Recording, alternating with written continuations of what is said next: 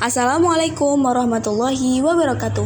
Kami dari kelompok 2 akan membahas tentang materi teknik pengumpulan data yang berupa observasi, wawancara, dan juga dokumentasi.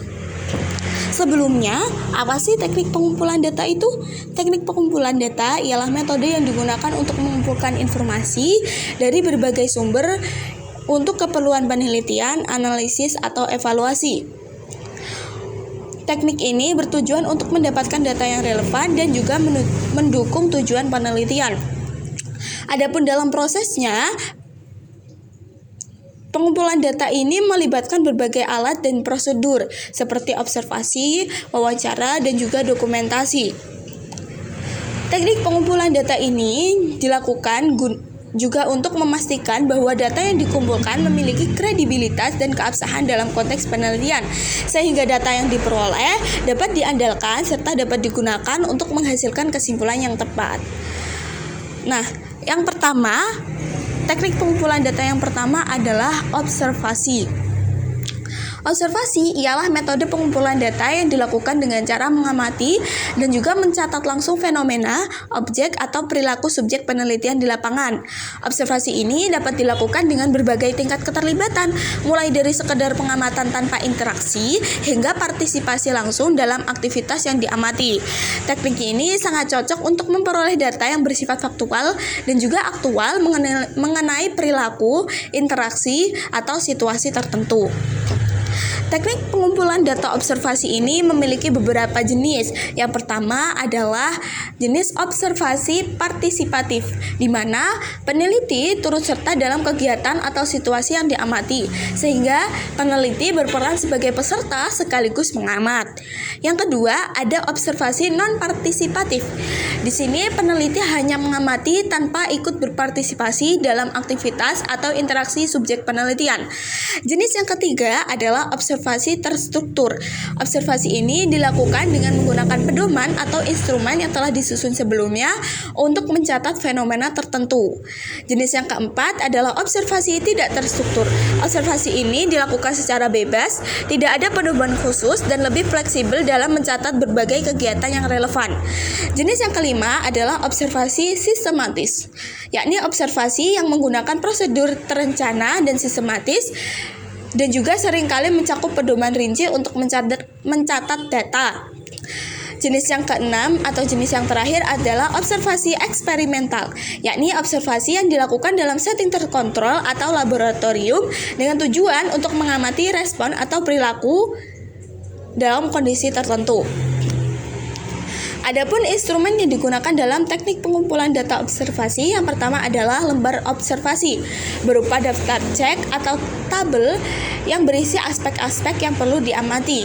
Yang kedua adalah kamera, yakni untuk merekam situasi atau perilaku yang diamati. Yang ketiga, catatan lapangan, dapat berupa buku atau kertas yang digunakan untuk mencatat sehingga rinci pengamatan yang tidak terstruktur atau hal-hal yang dianggap penting oleh peneliti dapat tercatat. Yang keempat adalah instrumen pendukung teknologi, dapat berupa aplikasi atau perangkat lunak yang dapat digunakan untuk mencatat dan menganalisis data observasi. Teknik pengumpulan data observasi ini memiliki kelebihan dan juga kekurangan. Kelebihan yang pertama adalah data yang diambil adalah data yang faktual. Dalam observasi ini memungkinkan peneliti untuk mendapatkan data secara langsung dari sumbernya tanpa melalui interpretasi orang lain. Jadi peneliti dapat memperoleh data langsung tanpa perantara orang lain. Yang kedua, mengungkap perilaku nonverbal. Jadi data-data yang berupa informasi yang tidak dapat diungkapkan melalui kata-kata seperti gerak tubuh, ekspresi wajah, dan juga interaksi dapat diperoleh dari kegiatan observasi ini. Kelebihan yang ketiga adalah fleksibilitas, yakni dapat dilakukan di berbagai lingkungan dan tidak terbatas pada konteks tertentu. Adapun kekurangan dari observasi, yang pertama adalah interpretasi pengamat dapat mempengaruhi hasil observasi, terutama jika peneliti memiliki asumsi atau ekspektasi tertentu. Jadi, meskipun suatu penelitian itu diamati oleh dua peneliti dalam waktu yang sama hasilnya dapat berbeda teman-teman. Jadi hasil dari observasi itu tergantung perspektif dari peneliti. Kekurangan yang kedua adalah memerlukan waktu dan biaya yang tinggi. Karena observasi dilakukan secara langsung di tempat penelitian, maka observasi ini memerlukan waktu dan juga biaya yang tinggi dalam melaksanakannya. Yang ketiga, kelemahan yang ketiga adalah observasi seringkali terbatas pada situasi atau sampel tertentu, sehingga datanya mungkin tidak dapat digeneralisasikan ke populasi yang lebih luas. Adapun langkah dalam menggunakan teknik observasi, yang pertama adalah menentukan tujuan observasi, yang kedua menentukan jenis observasi, yang ketiga mempersiapkan instrumen observasi, yang keempat melakukan observasi, yang kelima menganalisis data, dan yang keenam adalah menyusun laporan hasil observasi. Baik, selanjutnya yaitu teknik pengumpulan data wawancara. Metode yang digunakan untuk mengumpulkan data melalui percakapan langsung antara pewawancara dan responden. Wawancara ini memungkinkan pewawancara untuk memperoleh informasi mendalam terkait pandangan, opini, pengalaman, atau perasaan dari responden. Jenis-jenis teknik pengumpulan data wawancara ada 5. Yang pertama, wawancara terstruktur, yakni pewawancara menggunakan daftar pertanyaan yang telah disusun sebelumnya dan bertanya sesuai urutan dengan sedikit atau tanpa improvisasi. Yang kedua, wawancara semi terstruktur, yakni wawancara memiliki panduan pertanyaan tetapi tetap fleksibel untuk menggali lebih dalam atau mengembangkan pertanyaan baru berdasarkan respon responden. Yang ketiga, pewawancara tidak menggunakan daftar pertanyaan tetap, melainkan mengajukan pertanyaan secara spontan berdasarkan interaksi dan respon yang muncul.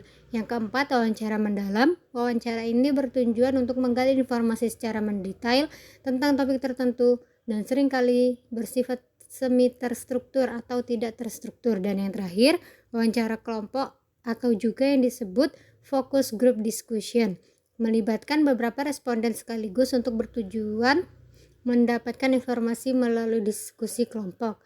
Selanjutnya, instrumen yang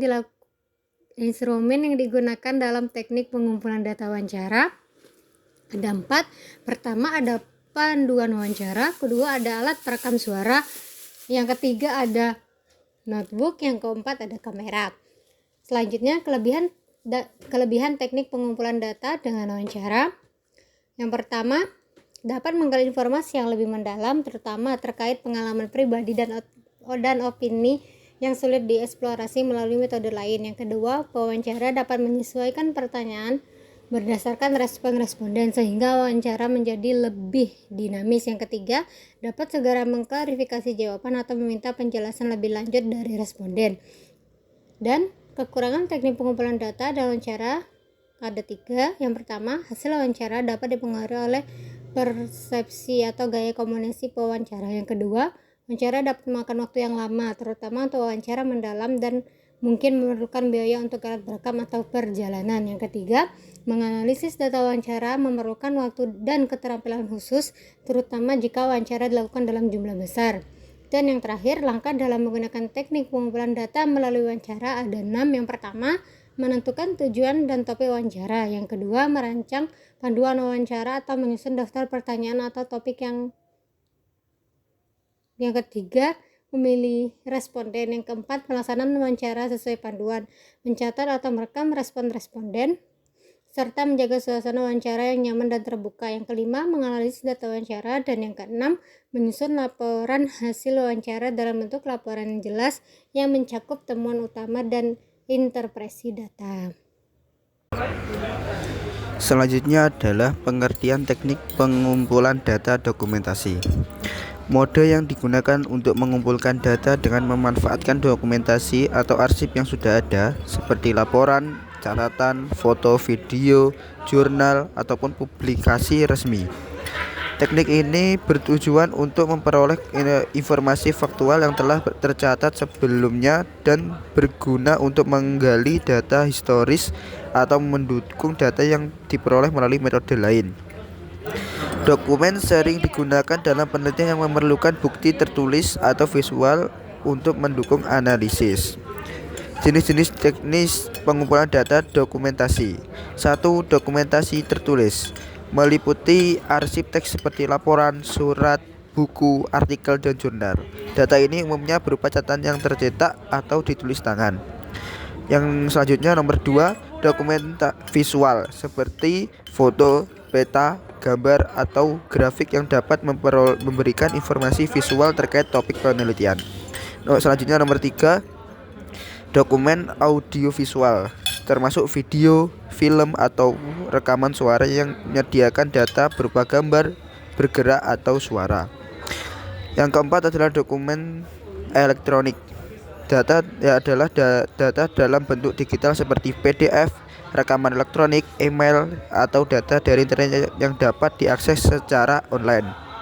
Yang nomor 5, dokumen pribadi seperti surat pribadi, catatan harian, atau memo yang memberikan informasi lebih personal atau subjektif. Instrumen yang digunakan dalam pengumpulan data dokumentasi yaitu 1. Catatan lapangan digunakan untuk mencatat data atau informasi penting yang diperoleh dari dokumen yang diteliti. Nomor 2, kamera untuk mendigitalkan dokumen fisik atau visual yang perlu disimpan atau dianalisis. Yang ketiga, perangkat penyimpanan digital untuk menyimpan data dan mengelola dokumen elektronik atau hasil digitalisasi dokumen fisik.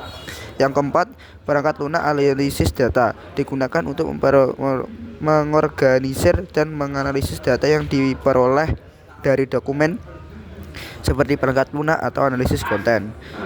Selanjutnya adalah kelebihan teknik pengumpulan data dengan dokumentasi. 1. Dokumen umumnya telah disimpan dengan baik sehingga memberikan data yang autentik dan tidak berubah dari waktu ke waktu. Yang kedua, menghemat waktu dan biaya. Karena dokumen sudah tersedia, peneliti tidak perlu melakukan pengumpulan data secara langsung dari lapangan. Yang selanjutnya adalah 3. Data historis. Dokumentasi memungkinkan peneliti untuk memperoleh data historis yang sulit atau bahkan tidak mungkin didapatkan melalui observasi atau wawancara. Selanjutnya ada kekurangan teknik pengumpulan data dengan dokumentasi. Yang pertama, tidak semua dokumen dapat diakses oleh publik sehingga peneliti mungkin mengalami kendala dalam mendapatkan dokumen yang dibutuhkan. Yang kedua, data dalam dokumen mungkin sudah usang atau tidak sesuai dengan kondisi saat ini. Yang ketiga, informasi dalam dokumen dapat dipengaruhi oleh sudut pandang penulis aslinya sehingga memerlukan verifikasi tambahan. Selanjutnya, langkah-langkah dalam menggunakan teknik pengumpulan data melalui dokumentasi. Yang pertama, menentukan kebutuhan data. Yang kedua, mengidentifikasi sumber dokumen yang relevan seperti perpustakaan, arsip, internet, atau institusi. Yang ketiga, pengumpulan dokumen secara fisik maupun digital. Yang keempat, meninjau dan menganalisis dokumen yang relevan sesuai dengan tujuan penelitian. Yang kelima, menyusun data secara sistematis dan menyimpan salinan digital atau catatan dari dokumen yang diambil. Selanjutnya adalah ini beberapa contoh observasi, wawancara, dan dokumentasi dalam karya tulis ilmiah. Silakan dicek sendiri.